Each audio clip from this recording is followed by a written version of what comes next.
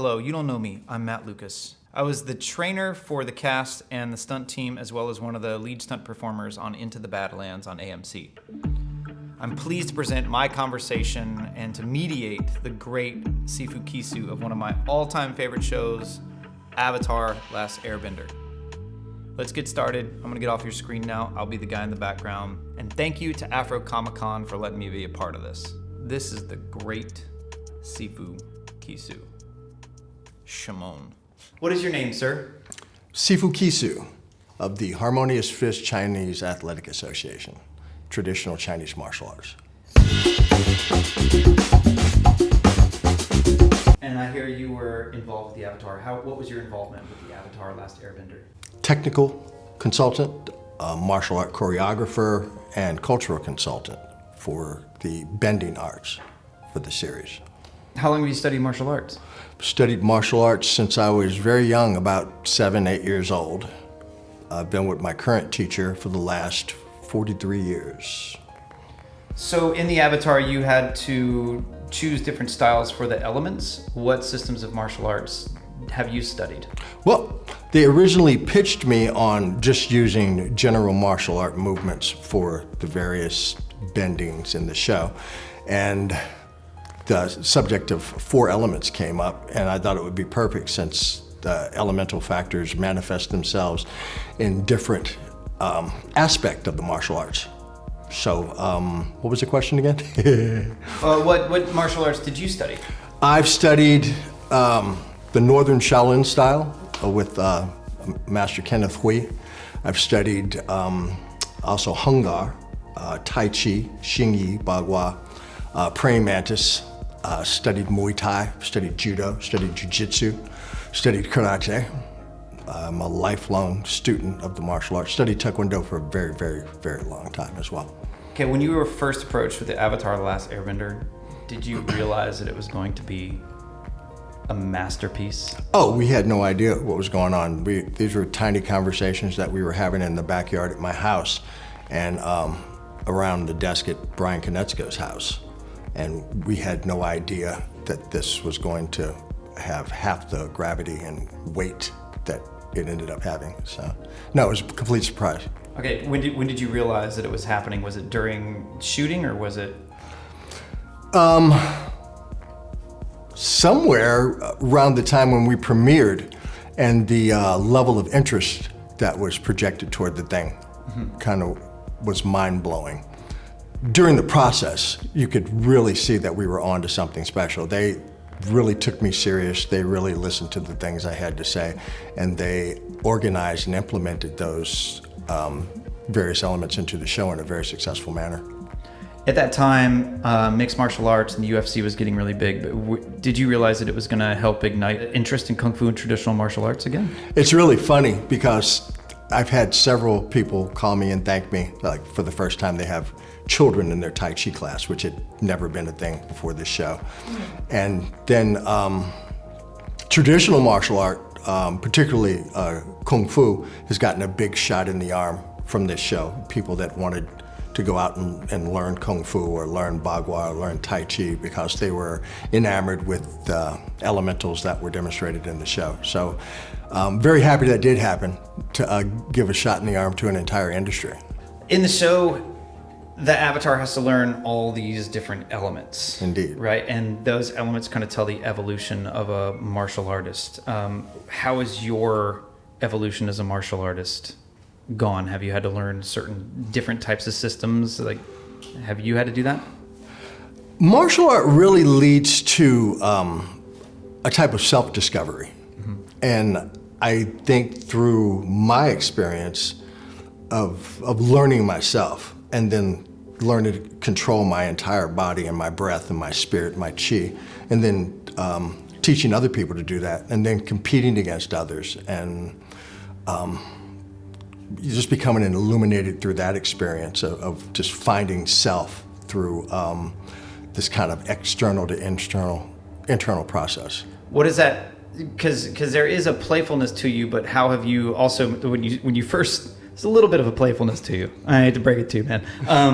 But how has your maturity changed? Because even in the series, you have the Aang, and he's like super playful, but then as time goes on, he matures, but he actually becomes more powerful, finds more responsibility, but at the same time, he's still kind of playful. How has your playfulness Well, I think changed? that we created the thing, 15 years ago? So you change a lot, hopefully, over 15 years, and you grow as a person.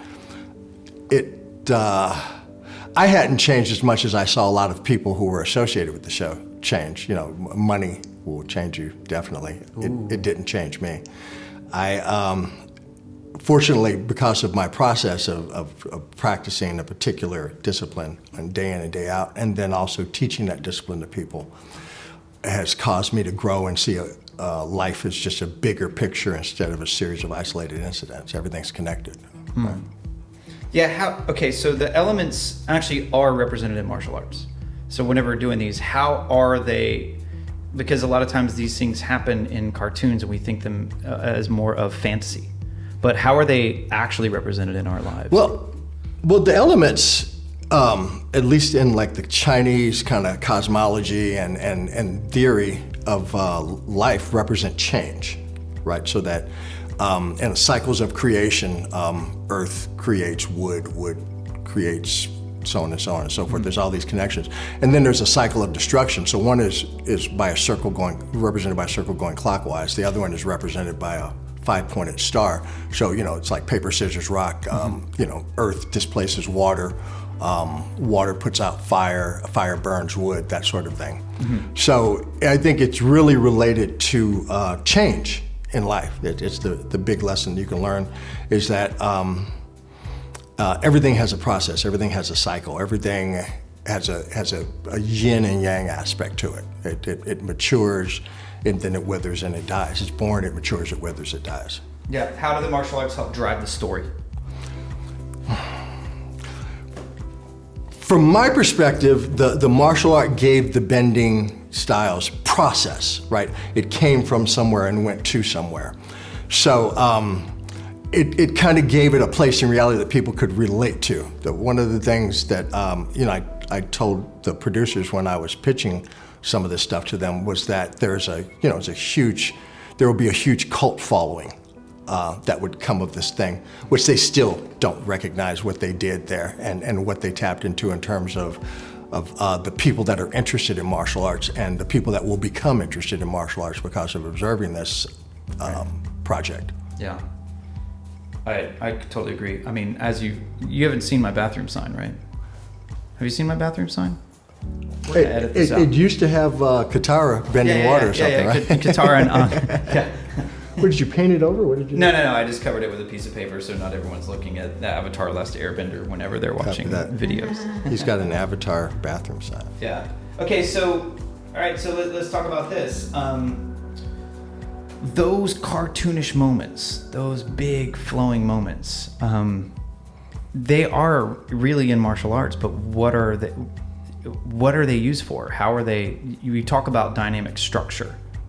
Well, a lot of tantui, the snapping kicks boxing from the Hui Muslims of China, made it into the show. And so those big linear lines that are found in the linear movements that are found in the Chinese martial arts are all relate back to tantui. And so that teaches a series of not necessarily self-defense techniques, but connections, through body connections from the feet to the knees, to the hips, through the waist, to the shoulders, to the arms, out to the hands. So it's a method of throwing what's called manifest energy, or Fa Jin. And in this case, Fa Jin is represented by an elemental manifestation. You move earth, or you set fire, or you push air, or you bend metal. Yeah, that sort of thing. All right, we're gonna go through each element, and I want you to talk about. So each element has an attitude, right? Indeed. So how did you choose the style, and what is the attitude of that element, and how does that style match up? Let's start with firebending. Firebending, I related to the Northern Shaolin, which I connected to the Fire Nation. Fire is something that if you keep it in a pit and keep it controlled, then you use it as a tool. But when it gets out of your control, it'll burn your entire world down. And so that was the representation in the show, that the Fire Nation became unbalanced because there's no avatar there to put it in check. And so it overwhelmed in a conflagration every other element. The whole planet was going to be Fire Nation at some point if they allowed it to. So the avatar was all about a balancing force. Being from California, I have no idea what you're talking about. How's it going, Sifu Kisu? Hey! All right, we went through each one of the elements. I was wondering if you could just show me just some basic movement of the attitude. It doesn't have to be too crazy. I know it's been a long weekend. You're doing a lot of stuff for us. We owe you everything. But could you just show us? Let's start with your favorite, fire. Fire? Yes. So, let's see. Generally, we use some linear sequences for fire. So, something to the effect of...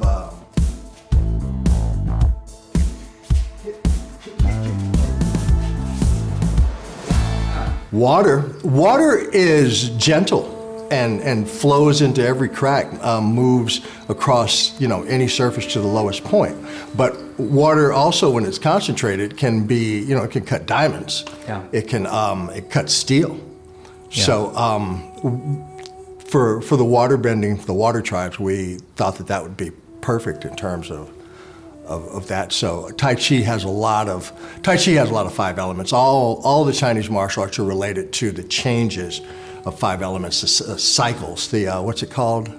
There's a word for it. It's the 5 phases. Yeah. In the elementals. So it's funny because the mythology that's contained in this show grew through collaboration. There were all these different forces and different individuals who came together and added their 2 cents to this thing. And so, I mean, I'm not Avatar. The producers aren't Avatar. The writers aren't Avatar. It was this magical collaboration of this team of people that came together, and it'll never happen again. Water. Water, one of my favorite things to use for water is the grasp the bird's tail sequence from Tai Chi.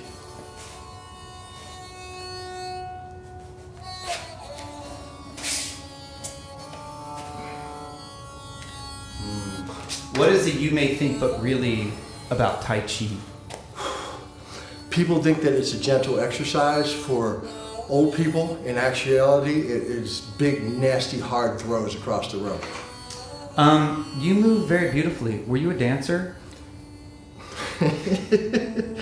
Yeah, I spent a little time in professional ballet company as well as jazz, tap, modern, and I'm not going to demonstrate it for you today.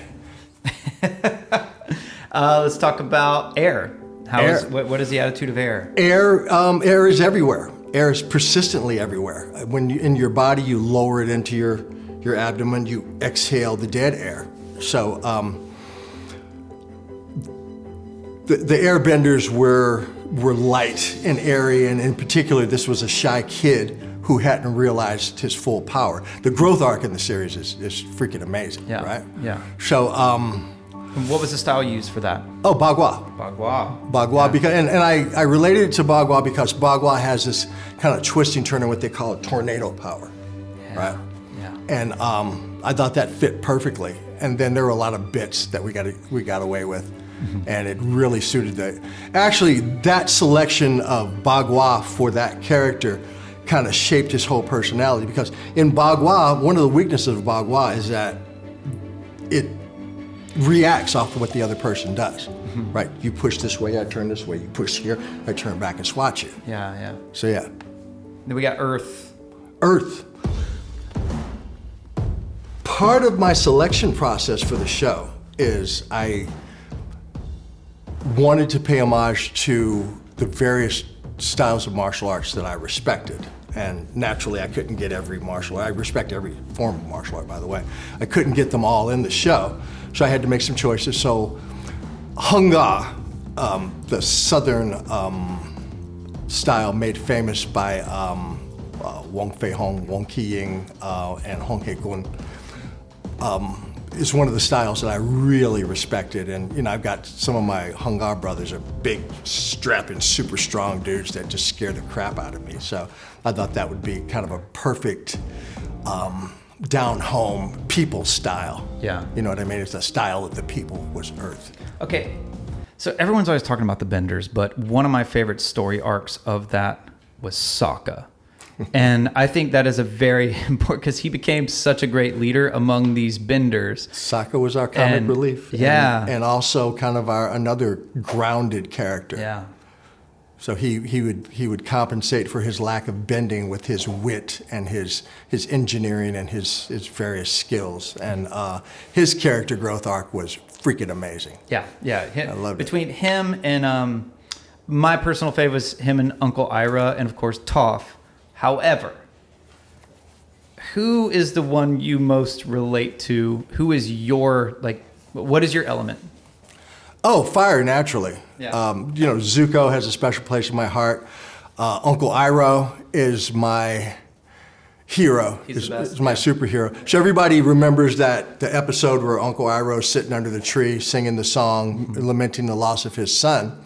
And that was written by a fellow who doesn't get nearly enough credit, Andrew Huebner, who's my good friend. And I was with him last weekend in Santa Fe, New Mexico. We hung out and went to a bunch of spiritual places and talked about a bunch of stuff. But that is probably the best episode in the entire series as far as I'm concerned. Did I answer your question? I guess I did. Yes, I mean you're a pretty fiery guy. Pretty fiery. And the Northern Shaolin, like I say, is from our style. I was kind of when I was younger, kind of a black sheep of the family in my Northern Shaolin group, and kind of a bad boy and troublemaker. Still am a little bit. Watch out. Yeah, firebending is my thing, man. How has it changed your life? How has it changed my life? Goodness gracious. Well, first of all, I'm really proud to have been involved with a property like this, mainly because it has touched the lives of an entire generation. There are a lot of young people out in the world right now that grew up watching that, and then there's a whole new generation that's discovering it. So how's it changed my life? Not in a lot of ways. I still do the same stuff I was doing back then. Yeah. I still practice Kung Fu every day, still teach a few classes a week, healthy as a horse. So, cut! Thanks for watching the Avatar Martial Arts Flash panel at Afro Comic Con Virtual 2020 event. I'd like you to please consider donating to the Afro Comic Con Moonshot Junior program that funds young girls of color to go through a 12-month program where they will learn tech skills, innovation, product development, and entrepreneurship. Please click the donation link. Any amount will help. More information will be available on the website. Thanks for watching.